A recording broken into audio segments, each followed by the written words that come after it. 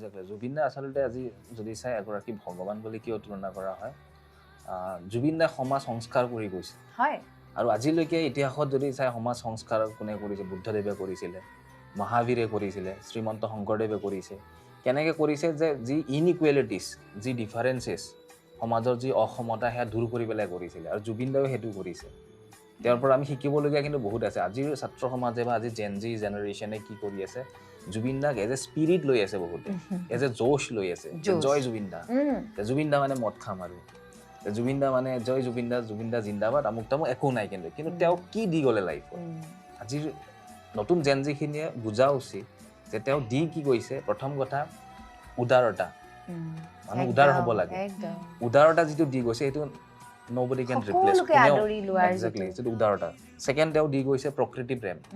প্ৰকৃতিক ভাল পাব ভগৱান বেলেগ কোনো কিয় ভগৱান প্ৰকৃতিয়ে ভগৱান আৰু আমাৰ সেয়া আমাৰ যিটো হিন্দু ধৰ্ম বা সনাতন ধৰ্ম বা যিটো আমাৰ সিন্ধু ঘাটি উপত্যকা তাতে আমাৰ এটা সময়ত আমি কিন্তু গছক পূজা কৰিছিলোঁ